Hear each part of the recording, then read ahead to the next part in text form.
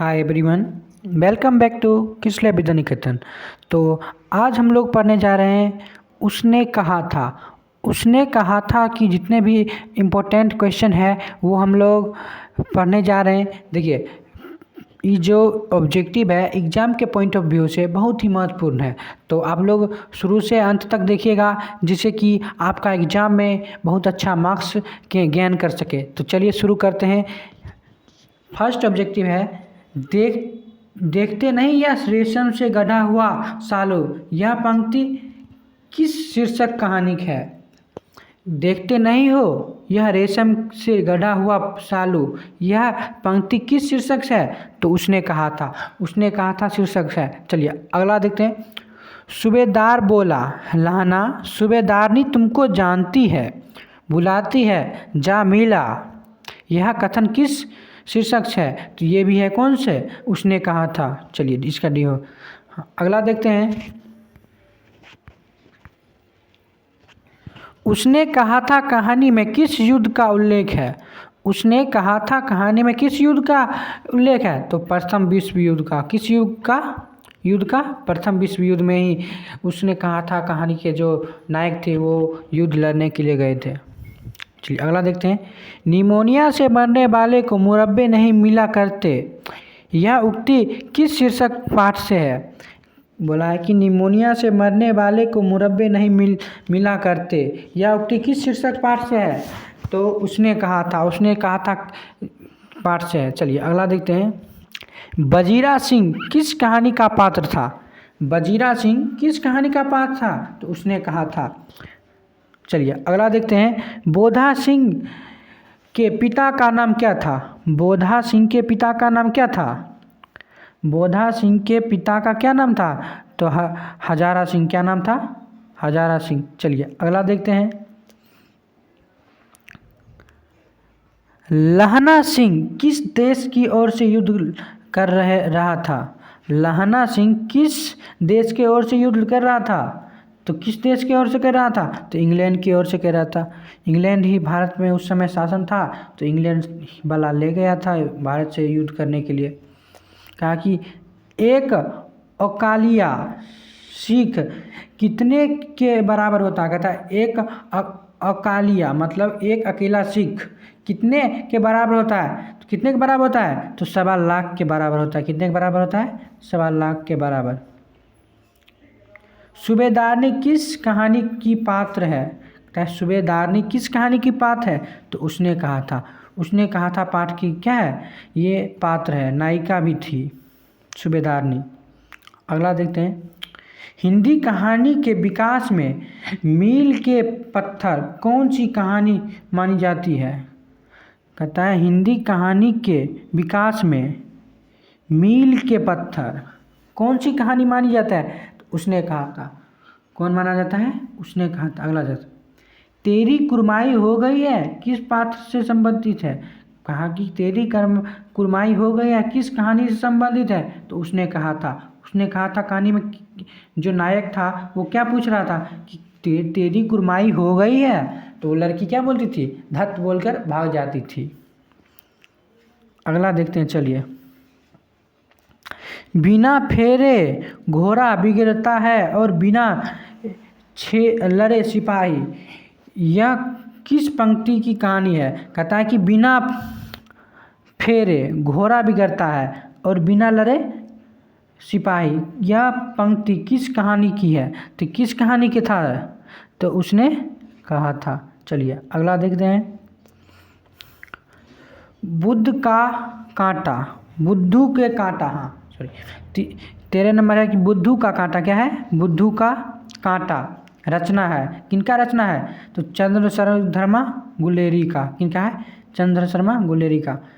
14 number देखते हैं। चंद्र शर्मा गुलेरी किस सदी के प्रमुख लेखक हैं। किस सदी के प्रमुख लेखक थे। तो 20वीं सदी के। चलिए अगला देखते हैं। गुलेरी जी ने कुल कितने कहानियाँ लिखी। गुलेरी जी ने कुल कितने कहानियाँ लिखी। तो कितने कहानी लिखे थे, 3 कहानी लिखे थे। अगला देखते हैं। उसने कहा था कहानी का नायक है। उसने कहा था, कहानी का नायक क्या है लहना सिंह। इसी ने किया, लहना सिंह को क्या कहा था, चलिए उसने कहा था कहानी का नायक कौन है, लहना सिंह। अगला देखते हैं, निम्नलिखित में कौन सी रचना गुलेरी जी की नहीं है। निम्नलिखित में से कौन सी रचना, देखिए इनका 3 रचना ही था, एगो था सुखमय जीवन, दूसरा था बुद्धू का कांटा और तीसरा था उसने कहा था। तो इसमें से इनका कौन नहीं है से पूछा है, तो कौन नहीं है, ये डी नंबर नहीं होगा, हारे को हरिमान। आज थे, उसने कहा था कहानी है, उसने कहा था कहानी क्या है, युद्ध की कहानी है, सही बात है। दिव्य प्रेम की कहानी है, सही बात है। प्रेम पर बलिदान होने की कहानी है, सही बात है। तो इनमें से सभी क्या हो जाएगा, इनमें से सभी हो जाएगा। चलिए अगला देखते हैं, उसने कहा था कहानी में किस शहर का चित्रण है। उसने कहा था कहानी में किस शहर का चित्रण है, तो अमृतसर का, और नायक भी अपना वहीं के थे। अगला देखते हैं, लहना सिंह के गांव का क्या नाम था। तो लहना सिंह के गांव का क्या नाम था, मांझे। क्या नाम था, मांझे। चलिए अगला देखते हैं, लहना सिंह किस पद पर था। लहना सिंह किस पद पर था, तो जमादार। किस पद पर, जमादार। लहना सिंह की मृत्यु किसकी गोद में हुई। लहना सिंह की मृत्यु किसके गोद में हुई थी, तो हुआ था बजीरा सिंह। और वे बजीरा सिंह को अपना बड़े भाई मान के बोल रहे थे कि भैया आपके सिर में ही मेरा मृत्यु होगा। तो यही सोच के इसके गोद में इनका क्या हो गया, बजीरा सिंह की गोद में इनका मृत्यु हो गया। चलिए अगला देखते हैं, पलटन का विदूषक कौन था। पलटन का विदूषक कौन था, तो बजीरा सिंह था। कौन था, बजीरा सिंह। चलिए अगला देखते हैं, सूबेदार हजारा सिंह, क्या नाम था, सूबेदार हजारा सिंह के लड़के का नाम क्या था। उनके लड़का का नाम क्या था, बोधा। और इसी के बचाने के लिए कौन, इसी देखिए सूबेदार हजारा सिंह के लड़का का नाम क्या था, बोधा नाम था। क्या नाम था, बोधा। और इसी को कौन बचाना जा रहे थे, लहना सिंह बचाने के लिए क्या किया, अब खुद ही मर गया। बोलता है कि सूबेदार हजारा सिंह के लड़के का नाम क्या था, बोधा था, और ये सबसे छोटा था और अपने पिता के साथ ही काम करता था। भारतीय सिपाही का किसके साथ संघर्ष हुआ था। भारतीय सिपाही का किसके साथ हुआ था, तो जर्मनी के साथ। किसके साथ लड़ाई हो रहा था, जर्मनी के साथ। जर्मनी और किसके साथ, ये इंडिया किसके था भारत। भारतीय सिपाहियों का किसके साथ संघर्ष हुआ था, तो जर्मनी के, किसके साथ, जर्मनी के साथ। चलिए अगला देखते हैं, जर्मनी मतलब जर्मन पलटन को किसने मार गिराया। जर्मन पलटन को किसने मार गिराया था, तो लहना सिंह के मार गिराया था, लहना सिंह। चलिए अगला देखते हैं, सिख राइफल के जमादार लहना सिंह का नंबर कितना था। सिख राइफल के जमादार लहना सिंह का नंबर क्या था, सिख राइफल इसका था 77, राइफल 77, लहना सिंह राइफल 77। सरकार ने सूबेदार को ज़मीन कहाँ दिया। सरकार ने सूबेदार को ज़मीन कहाँ दिया, लायकपुर। कहाँ दिया था, लायलपुर में। कहाँ दिया था, लायलपुर में। लायलपुर में दिया था। चलिए अगला देखते हैं, गुलेरी जी का जन्म कहाँ हुआ। गुलेरी जी का जन्म कहाँ हुआ था, जयपुर में। जयपुर राजस्थान, जयपुर में हुआ था गुलेरी जी का जन्म, राजस्थान जयपुर में। सुखमय जीवन किसकी कीर्ति है या किसकी रचना है। सुखमय जीवन किसका था, चंद्र शर्मा गुलेरी जी का। चलिए अगला देखते हैं, उसने कहा था कहानी कब प्रकाशित हुई। उसने कहा था कहानी 1915 में प्रकाशित हुआ। कब हुआ, 1915 में। चलिए अगला देखते हैं, कछुआ ढमर किसकी कृति है। कछुआ धमर किसकी कृति है? चंद्र शर्मा गुलेरी, चंद्रधर शर्मा गुलेरी जी का। चलिए, पुरानी हिंदी रचना चंद्र शर्मा देखिए पुरानी हिंदी रचना किसकी है? चंद्र शर्मा गुलेरी जी का। चलिए, अगला है, उसने कहा था शीर्षक कहानी में यह किसने कहा कि उद्यमी उठ सिगरी में कोले डाल? उसने किसने कहा कि उद्यमी उठ सिगरी में कोले डाल? किसने कहा था? सूबेदार हजारा सिंह। क्या कहा था? सूबेदार हजारा सिंह। चलिए, अगला देखते हैं, कुरमाई का क्या अर्थ होता है? कुरमाई का अर्थ क्या होता था? मंगनी। ने पूछ रही, मतलब कि अपना नायक जो पूछ रहा था नायिका से कि तुम्हारी कुरमाई हो गई, मतलब क्या? तुम्हारी मंगनी हो गई। बोधा कौन था? हजारा सिंह का बेटा था। देखिए, दिखाई नहीं दे रहा थोड़ा, बोधा कौन था? कहता है कि बोधा कौन था? तो हजारा सिंह का बेटा, ये डी नंबर। चलिए, अगला देखते हैं, चंद्रधर शर्मा गुलेरी, चंद्रधर शर्मा गुलेरी की कहानी कौन सी है? तो चंद्रधर शर्मा गुलेरी जी का कहानी कौन सी है? तो उसने कहा था। चलिए, अगला देखते हैं, गुलेरी जी किस गांव के मूल निवासी थे? गुलेरी जी किस गांव के मूल निवासी थे? तो गुलेल। किस गांव के? गुलेल। चलिए, अगला देखते हैं, उसने कहा था कहानी के कहानीकार कौन है? देखिए, उसने कहा था कहानी के कहानीकार के हैं? चंद्रधर शर्मा गुलेरी।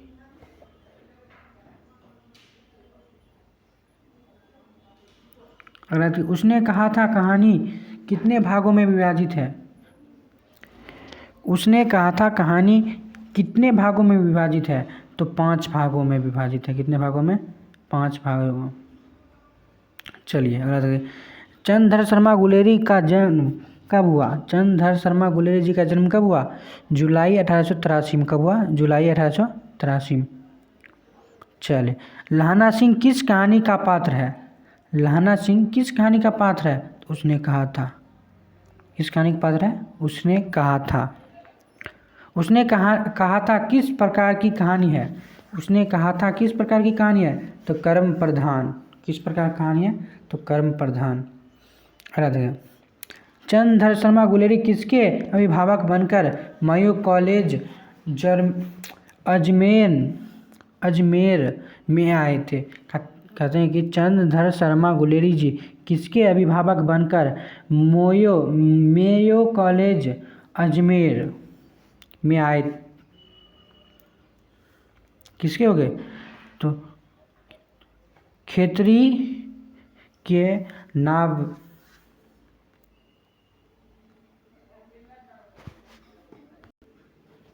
क्या हुआ? तो चंद्रधर शर्मा गुलेरी किसके अभिभावक बनकर मेयो कॉलेज अजमेर में आए? खेतरी के नाबालिग राजा जयसिंह के। चलिए, अगला देखते हैं, कीरत सिंह क्या है? कीरत सिंह कौन था? कीरत सिंह था लहना सिंह का भतीजा। कीरत सिंह कौन था? लहना सिंह का भतीजा। कौन था? लहना सिंह।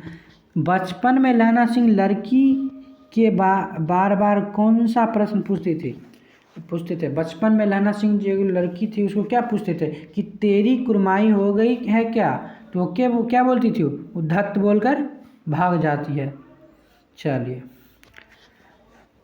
लपटन साहब सूबेदार को कितने आदपी खंदक में छोड़कर जाने को कहा?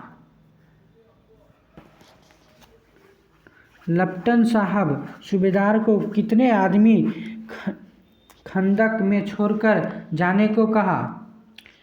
10 आदमी। कितने आदमी? 10 आदमी। चलिए, अगला देखते हैं, अमृतसर में लहना सिंह के कौन थे? अमृतसर में लहना सिंह के कौन थे? तो मामा रहते थे। कौन थे? मामा। चलिए, लहना सिंह सूबेदार को वापस बुलाने के लिए किसे भेजा? लहना सिंह सूबेदार को वापस बुलाने के लिए किसे भेजा? वजीरा सिंह को। किसको भेजा? वजीरा सिंह को। चलिए,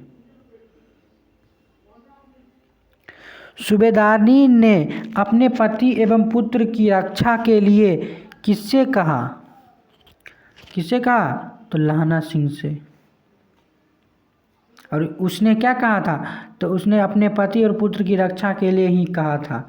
ये भी एग्जाम के पॉइंट ऑफ व्यू से बहुत ही इम्पोर्टेंट है। चलिए, अब बहुत ही कम ऑब्जेक्टिव बचा है। लहना सिंह का सिर अपनी गोद में लेकर कौन बैठा था? लहना सिंह का सिर अपने गोद में लेकर कौन बैठा था? तो वजीरा सिंह बैठा था। और उसी की गोद में क्या हो गया? उनकी मृत्यु हो गई। लहना सिंह के मामा कहाँ के रहने वाले थे? लहना सिंह के मामा कहाँ के रहने वाले थे? तो अमृतसर के। कहाँ के? अमृतसर। और वो हम मामा के यहाँ ही रहते थे।